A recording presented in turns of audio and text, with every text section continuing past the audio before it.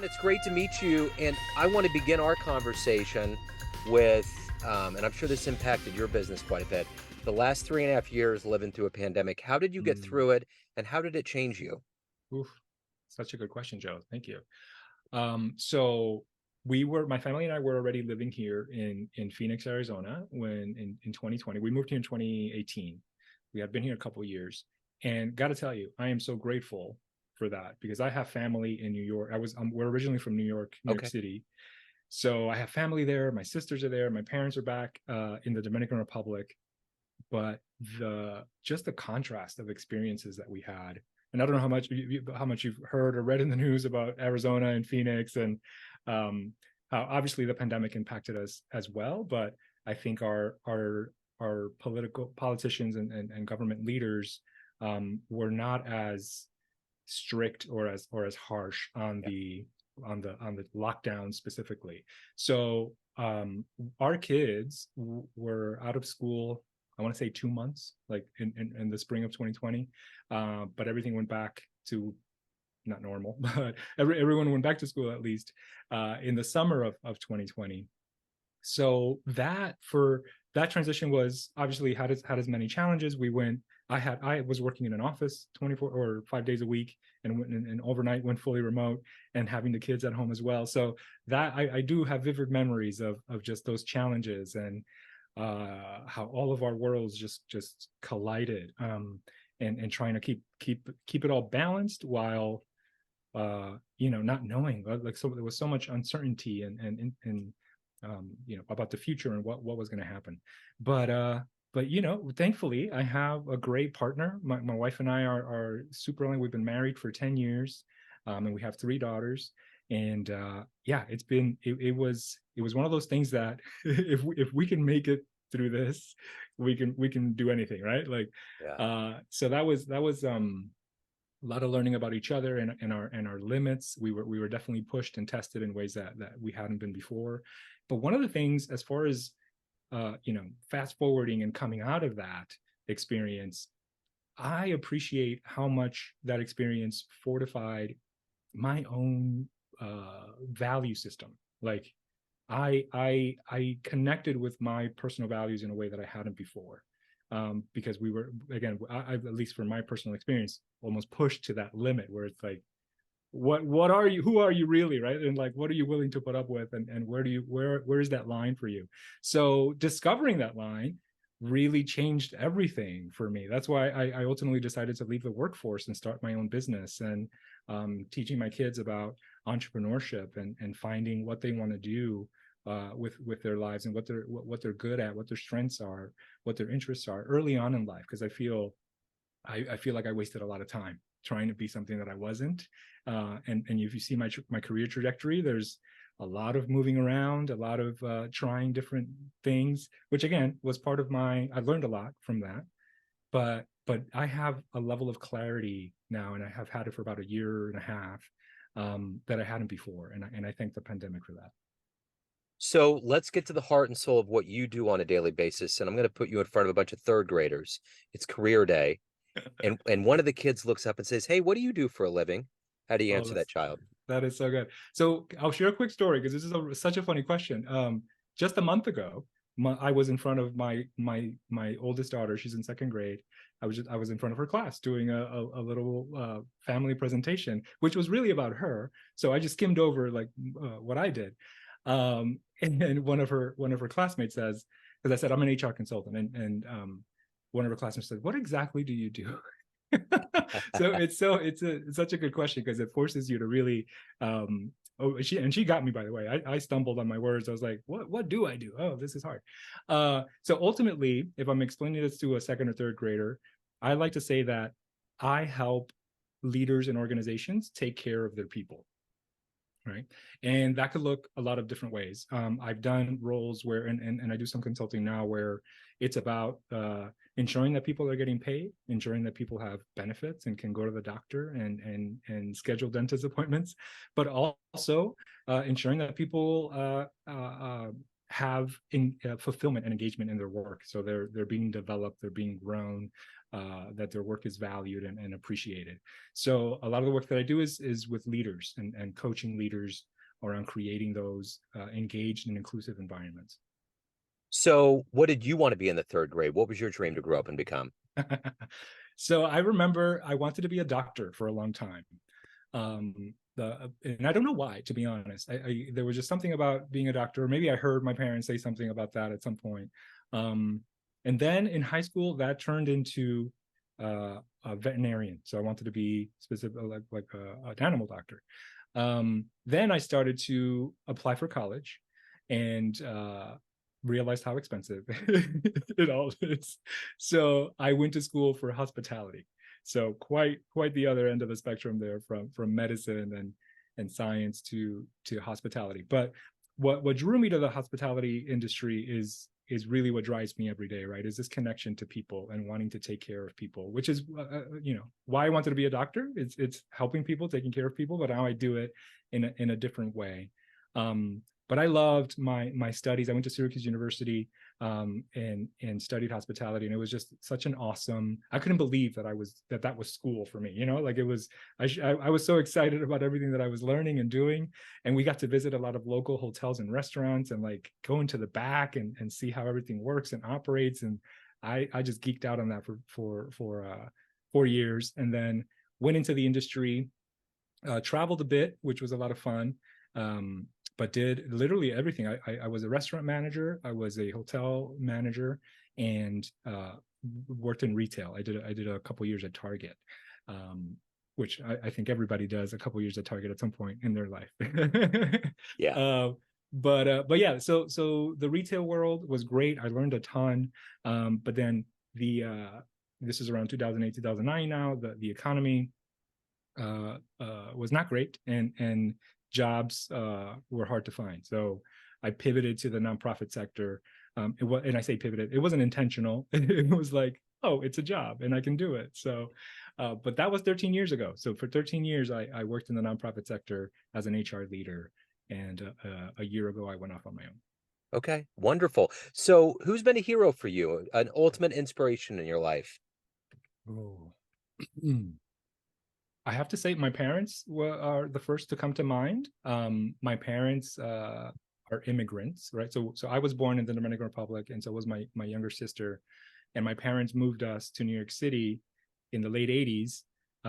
They didn't speak a word of English, and we didn't even have my dad didn't even have an apartment yet. We were like crashing with a friend or a somebody he knew. So I remember I have vivid memories of those experiences. But anyway, I won't go into too much detail, but I saw how hard my parents worked. I saw how much risk they were willing to take to get us to a better place.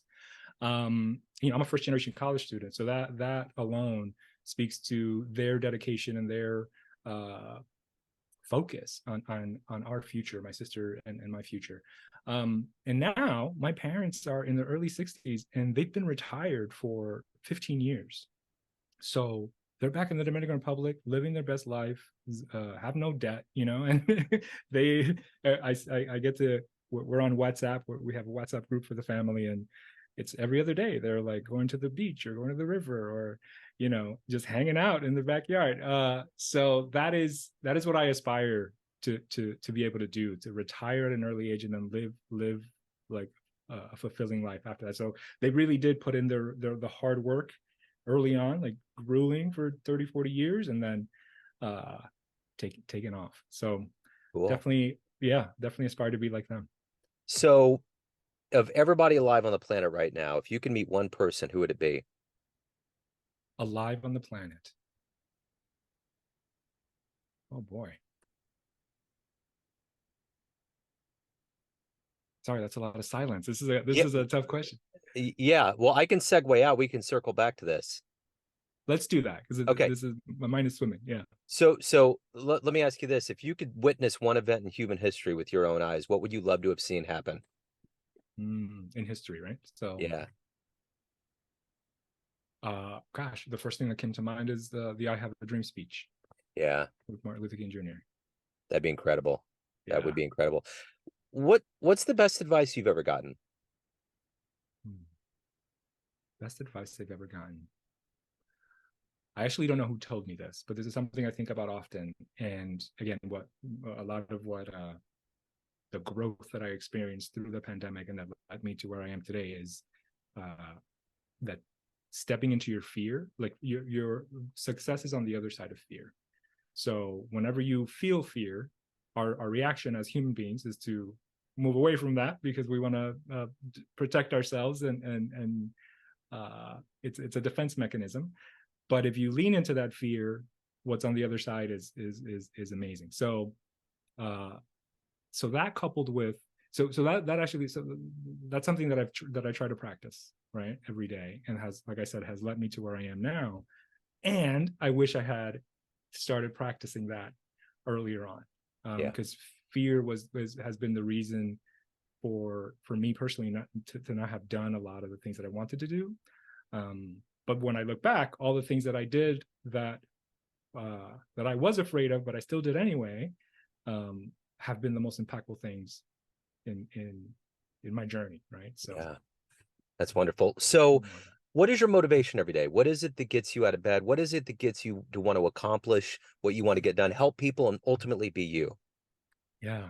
I mean, what literally gets me out of bed is our kids. They're up by Yeah. 5 or I get 5:30, that. jumping on the bed. But I would say it's changing our generational trajectory, right? So and going back to my parents, who I look up to so much, like they are trailblazers, and I want to continue that journey and move forward for the rest of the future generations of our family, right? So I think about our kids. That's a big motivator for me, and giving them opportunities and access and resources that I didn't have and at an early age, so that they can really dive into their doing what they're meant to be doing, right? So as opposed to doing things that they have to do in order to make ends meet, if that makes sense. So, for example, like I went to college, which is a blessing, and one of the few in my family, and I graduated with a ton of debt. So I had to. That was a big part of my decision making process when I took jobs or pursued opportunities. Is like, is this going to help me pay my debt? It wasn't really about, is this something that I want to do? Is this aligned with my values and my strengths? It was a necessity. So that's one thing I definitely think about often, and my wife does too, about not wanting that experience for our daughters, right? So I want them to be able to graduate from college and maybe go to get a master's or continue their education if that's what they want. But it ultimately jump into what it is that they're called to do earlier on. Yeah. Can have a bigger impact on the world. Yeah. So speaking of youth, let's say you have a dream tonight. You run into a 20-year-old version of you, and you could give that young version of you a piece of advice based on the wisdom you've gained so far. What advice would you dispense on that younger version of you? Good question. Yeah, I have to say two things. So going back to the fear piece, figure out a way to communicate to to the younger version of myself that stepping into fear is actually the key to a lot of the successes that I will experience. And I would say to get out of my own head, right? Like there's so much so many stories that I've told myself that were just stories that I made up. They were not fact or real or true. They felt true because the stories that we tell ourselves lead to a response in our minds and our bodies. But yeah, and in order for you to be able to tell the difference, here's another tip, or maybe the most important one, is to spend more time developing yourself as an individual, right? So connecting with your values, your strengths, and like what I said earlier, everything that I was forced to learn during the pandemic that pushed me to that edge. I wish I could have had that experience earlier on. So of all the things aside from your family, which is obvious, what are you the proudest of professionally that you've done? So two things, I think, in my HR career, so 13 years doing HR work, I started as an operations manager at a small nonprofit, and have held chief HR officer roles and VP of people roles and director roles at large retail companies. I think that I'm very proud of that trajectory. I think it's, for me, it speaks to the value that I've been able to add to those organizations, and not that life is all about titles, but for me, it meant a lot to have that level of responsibility and trust from a team and organization. So that's one piece. And then the second is what my wife and I have been able to do over the last year and a half to 2 years is grow our business. And literally going from an idea, we were just like shooting the stuff, and one afternoon on the couch and said, hey, why don't we do this? Or what, we actually, it was, the question was, this does exist. This should exist if it doesn't.